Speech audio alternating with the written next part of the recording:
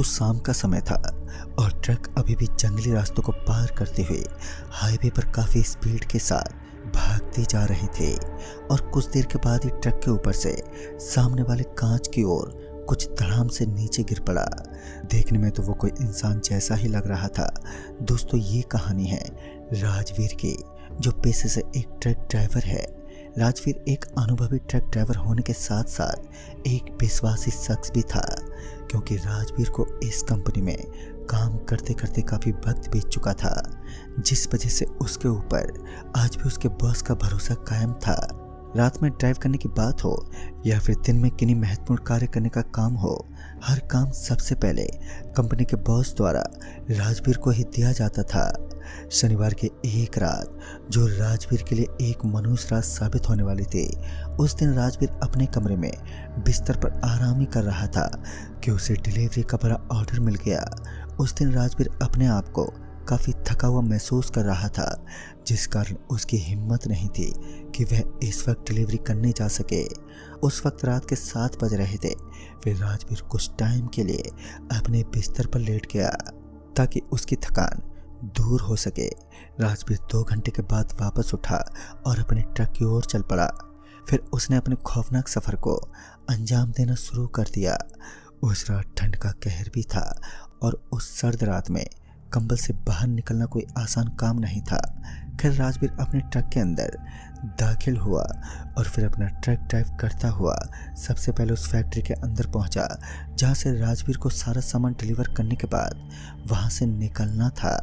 लिहाजा राजवीर ने सारा सामान ट्रक के अंदर लोड करवाया और फिर अपने ट्रक स्टार्ट करते हुए जगमाल नगर की तरफ रवाना होने लगा। सर्दी के उस मौसम में राजवीर अपने ट्रक को भगाता हुआ रास्ता काटने लगा।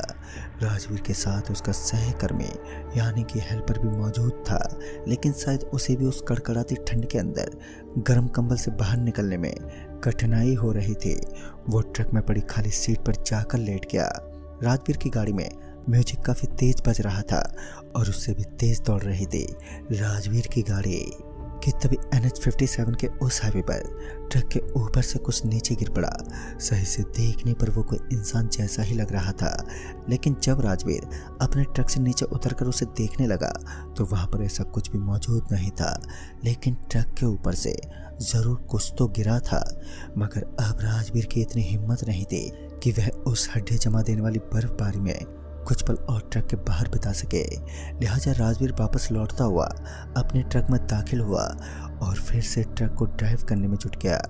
इस बार उसका खलासी भी जगा हुआ था, जिस वजह से दोनों आपस में बात करते हुए रास्ता काटने लगे। लेकिन फिर अचानक ही राजवीर का ध्यान सागौन के पेड़ पर गया, जो सामने की ओर मौजूद था। उस पेड़ के ऊपर कोई बैठा हुआ था, शायद कोई बंदर या फिर कोई इंसान। देखने में वो बिल्कुल किसी इंसान की तरफ ही महसूस हो रहा था। इससे पहले कि राजवीर उसे ठीक से देख पाता कि ट्रक उससे काफ़ी आगे निकल चुकी थी, लेकिन एक बार फिर ट्रक के ऊपर कोई चीज़ गिरने की आवाज़ आई। लेकिन इस बार राजवीर ने ट्रक को रोकना बिल्कुल भी ठीक नहीं समझा और वो लगातार ट्रक को भगाता गया। लेकिन थोड़ी देर के बाद उनके ट्रक के पीछे रखा गया सामान इधर से उधर बिखरने लगा। यह देखकर राजवीर भी थोड़ा हैरान था।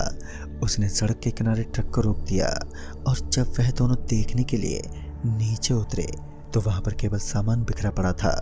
ऐसा लग रहा था मानो कि अंदर किसी ने अफरा तफरी मचा दी हो। राजवीर एक पल के लिए ट्रक के ऊपर नीचे और साइड सभी तरफ देखने लगा, लेकिन उसे कोई भी नजर नहीं आया। लेकिन उसे समझ में नहीं आया कि आखिर सामान की इतनी बुरी दशा किसने की होगी। राजवीर और उसका खलासी दोनों ट्रक में पड़े सामान को एक बार फिर से सेट करने लगे और सारा का सारा सामान सेट करने के बाद वह दोनों वापस ड्राइविंग सीट पर जाकर बैठ गए और फिर कुछ ही देर के बाद वहां से ट्रक चल पड़ी। रात के लगभग 11 बज रहे थे और चारों तरफ सन्नाटा पसरा हुआ था। उस जंगल के अंदर उसी ट्रक की आवाज़ गूंज रही थी। इसका मतलब कि यह इलाका एकदम वीरान था। राजवीर और उसका खलासी अभी अभी सामान को सेट करने के बाद ट्रक को ड्राइव ही कर रहे थे कि अचानक से राजवीर का हाथ कोई पीछे की तरफ से खींचने लगा, जिस वजह से ट्रक का संतुलन भी बिगड़ता जा रहा था। फिर किसी तरह राजवीर ने ट्रक को संभाला और उसे सड़क के एक तरफ खड़ा कर दिया। फिर राजवीर अपने ट्रक में चारों ओर का नज़ारा देखकर एकदम से चौंक गया, क्योंकि अब ट्रक के अंदर से वो सामान गायब था जिसकी डिलीवरी करनी थी। उस वक्त राजीव डर सा गया था। वो अपना सर पकड़कर वहीं बैठ गया और तभी उसके खलासी ने आवाज़ देते हुए कहा,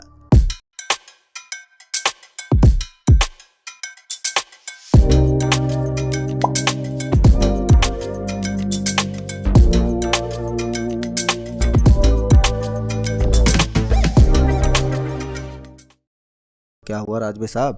तभी राजवीर उसे घूरते हुए बोला, तुम्हें दिखता नहीं ट्रक का सारा सामान